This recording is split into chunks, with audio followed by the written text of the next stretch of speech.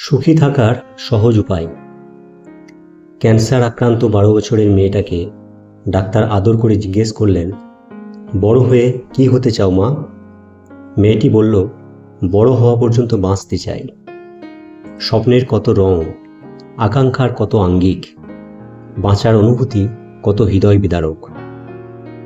হাতবিহীন মানুষটার স্বপ্নের কেন্দ্রবিন্দু যদি আমার হাতগুলো ঠিক থাকতো। পা ছাড়া লোকের স্বার্থ একটাই, যদি একদিন চলতে পারতাম সবার মতোই। অন্ধের স্বপ্ন যদি একটি বারের জন্য দেখতে পেতাম দুনিয়ার রং। আর বোবার সব আকাঙ্ক্ষা যেন একটু কথা বলতে পারলেই পূরণ হতো।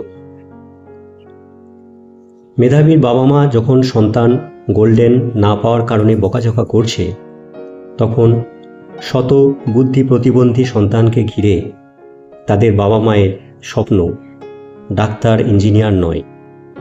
সে শুধুমাত্র স্বাভাবিক জীবনে ফিরে আসুক, আপাতত এটুকুই। আইসিইউ এর ভেতরের মানুষটা শুধু একটিবার কাঁচের দরজার এপাশে বেরোতে চায়। আপনি যখন এই কথাগুলো শুনছেন, ঠিক এই মুহূর্তে মৃত্যুশয্যায় হাজারো মুমূর্ষের একটা মাত্র নিঃশ্বাস নেওয়ার হাহাকার। এ হাহাকার দুনিয়ার শত ডিপ্রেশনকে ভুলিয়ে দেয়। শীতের রাতে ফুটপাতে, বাস স্টপ কিংবা রেল স্টেশনে মানুষের রাত্রি যাপন করার দৃশ্য বস্তিবাসীদের কষ্টও ভুলিয়ে দেয়।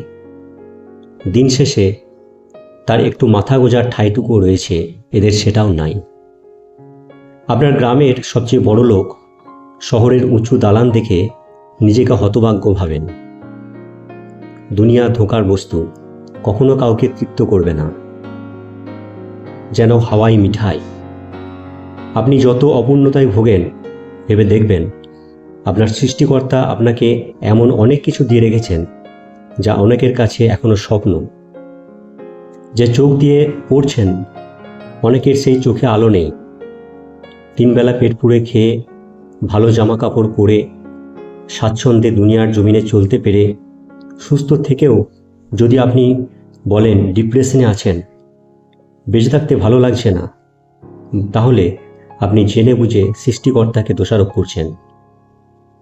আত্মহত্যা মহাপাপ মনে হয় এই কারণেই। কিন্তু সমস্যা একটাই, আমরা শুধু অন্যের সুখটাই দেখি, আর সেটাই বোধ হয় আমাদের আসল অসুখ। আসুন আমরা আমাদের যা আছে তা নিয়ে সুখী হই।